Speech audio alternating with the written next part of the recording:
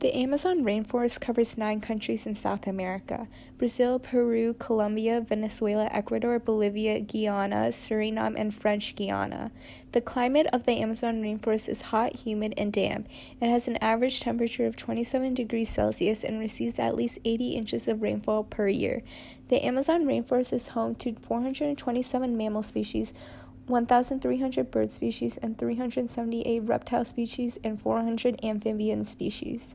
Due to the abundance of exotic species and natural resources, the Amazon rainforest faces numerous amount of dangers, and it is imperative that we address and find a solution for these problems. The Amazon rainforest is the biggest deforestation front in the world. In the years prior, deforestation in the Amazon was primarily the product of subsistence farmers who cut down trees to produce crops for their families and for local consumption. However, now, deforestation is driven by industrial activities and large-scale agriculture. Since 1978, over 750,000 square kilometers of the Amazon rainforest has been destroyed. Deforestation impacts the species, the people, and the climate, so it is vital to reduce deforestation and to use sustainable methods. In the Amazon rainforest, cattle ranching and farms such as soy plantations are the key causes for deforestation. There are 2 main types of timber harvesting practices: clear cutting and selective cutting. Clear cutting is the removal of all trees within an area. It is the most easiest harvesting method and in most cases the most economical. However, there are several negative effects of clear cutting. Clear cutting, especially on slopes, increases wind and water erosion, which causes the loss of soil and nutrients. Removal of all trees in an area also destroys the habitats of many species, thus leading to a loss of biodiversity. White-cheeked spider monkeys, which feed on fruits in the forest canopy, and the giant otter, which faces agricultural runoff, are just a few examples of how species are harmed through deforestation. Selective cutting is the removal of a small number of trees. Although this technique of timber harvesting is more expensive and time-consuming, it's more ideal as it enables the Amazon to grow back faster and allow the carbon dioxide that is stored by the trees to regenerate faster. The Amazon rainforest is an important carbon sink as it stores carbon dioxide and prevents it from entering the atmosphere and fueling climate change. Between 90 to 140 billion metric tons of carbon is stored in the Amazon forest. However, in the last decade, the amount of carbon that the Amazon rainforest is absorbing has fallen by a third, and the cause of this tremendous decrease is deforestation.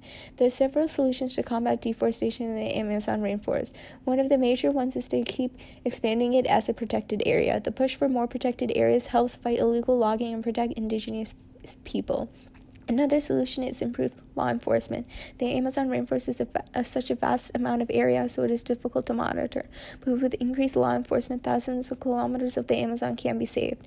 Brazil has also implemented several acts already to declare parts of the Amazon rainforest as protected. In addition, grassroots organizations and the international organizations such as Red Plus are making various efforts to protect the Amazon. A specific case study pertaining to Brazil in regards to deforestation is illegal logging. Illegal logging is a widespread issue in Brazil and not only affects the ecosystem but also the economy. Many of these illegal logging companies do not replant trees. To battle this problem, the Brazilian government has stopped issuing permits for logging. A possible exam question in relation to deforestation is to describe 2 negative economic and 2 negative environmental effects of illegal logging. An additional problem that is affecting the Amazon rainforest is poaching. Poaching has been defined as the illegal hunting or capturing of wild animals, usually associated with land use rights. Many people illegally hunt animals to sell as food and raw materials for finished products. Animals like the giant Amazon river turtle and the Amazon manatee are vanishing from the wild. The wildlife harvest takes a staggering number of animals. Every year in the Brazilian Amazon alone, 9.6 to 23.5 million mammals, birds, and reptiles are harvested. There are many negative effects of poaching. First, imagine that we are withdrawing the biggest, strongest, most beautiful birds from the environment. That means we are removing the birds with the genetic characteristics that make them attractive in the first place, so future generations won't have those traits. Finally, if we're taking several birds from one species, we're leaving behind fewer birds to reproduce. In time, the offspring will be more inbred, making the entire population susceptible to disease, which could even cause species loss. Overhunting of large mammals in the Amazon rainforest could also make climate change worse. Research shows that Much of the above-ground carbon stock of Amazon rainforest could be lost if large-bodied fruit-eating animals continue to be hunted out. Scientists state that tropical rainforests are the global cornerstone of biological diversity and store 55% of forest carbon stock globally. Research shows that if people continue to overhunt large mammals, tropical forests could lose much of their capacity for carbon storage. This is because several large mammal species play a vital role in dispersing large seeded trees associated with high wood density. The reason for the problem is that many Amazonian trees depend on animals to disperse their seeds. For example, the agouti, a large Amazonian rodent, is the only species able to break through the cannonball-like shell in which Brazil nuts are found. Without them, the carbon-rich Brazil nut tree is unable to reproduce. On average, 5.8% of the above-ground carbon stock of Amazonian forests could be lost if vulnerable large-bodied fruit-eating mammal species continue to be hunted out, even if the forest is protected against other threats. There are many challenges to solve the problem of poaching in the Amazon rainforest specifically. Everything about the forest, its size, how difficult it is to move through, how hot and humid it is, makes law enforcement that much harder, as well as the fact that it crosses so many political boundaries. At the heart of an anti-poaching initiative will be to professionalize the global ranger force, ensuring that rangers in priority places have the equipment, training, support, and motivation they need to effectively patrol their parks and protect their wildlife from poachers. But rangers alone cannot keep the poachers at bay.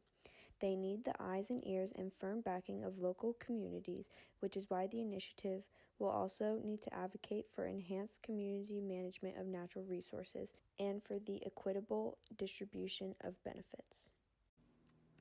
Under the Lacey Act, it is unlawful to import, export, sell, acquire, or purchase fish, wildlife, or plants that are taken, possessed, transported, or sold.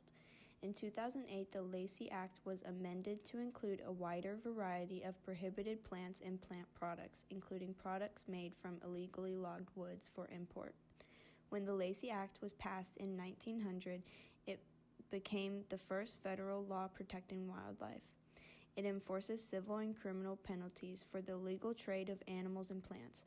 Today, it regulates the import of any species protected by international or domestic law and prevents the spread of invasive or non-native species.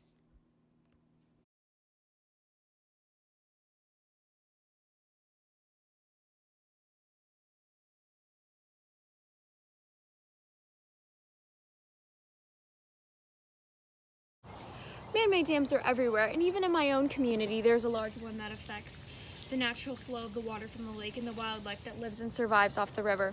Stopping the natural flow can cause major problems, like large hydraulic projects that are funded by international aid and developmental organizations, like the World Bank, have led to widespread forest loss. Besides inundating large tracts of forests, rainforest dams in the Amazon, they're generally ecologically inefficient because of large tracts of forests that are flooded due to the flatness of the basin and killing off local wildlife. The dams have the effect of destroying aquatic habitats, affecting fish population, displacing indigenous people, and adding carbon to the atmosphere due to the submerged wood rotting.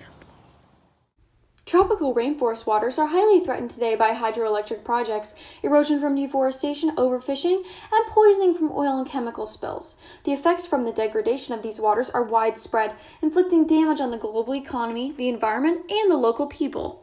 As cities in South America grow, electrical needs grow along with them. In the Amazon basin, the most logical option for fulfilling those needs is hydroelectric dams.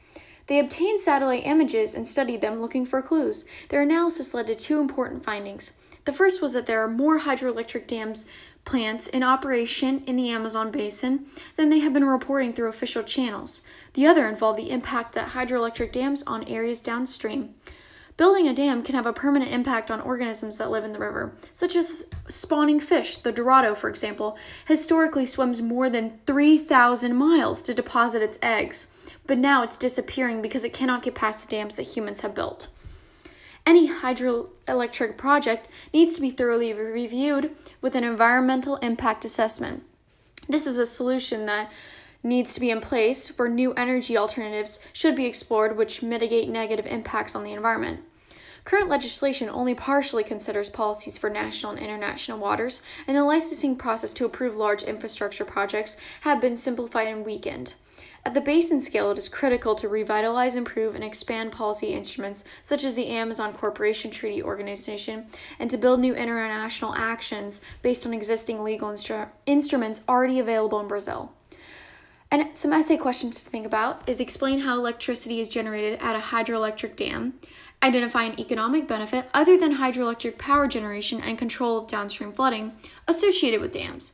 Describe one negative environmental consequence of removing a dam from a river. The construction of the Okosombo Dam at the Volta River Basin in Ghana. The Volta Lake is the largest man-made lake by surface area in the world. Critical analysis of the primary literature over about 5 decades was reviewed and some management solutions were outlined. The Okosombo hydroelectric project contributed to acceleration of Ghana's economic development through industrial and mining sectors, as well as for providing cheap electricity for domestic and commercial consumer. Fishing, transportation, and tourism were some positive benefits from the dam. However, negative impacts like the resettlement of 80,000 people, increase in health problems like the high rate of HIV, socioeconomic deprivation, and injustice and destruction of the ecosystem. The greatest challenge facing Okosombo is management and lack of research on the aquatic systems at the basin.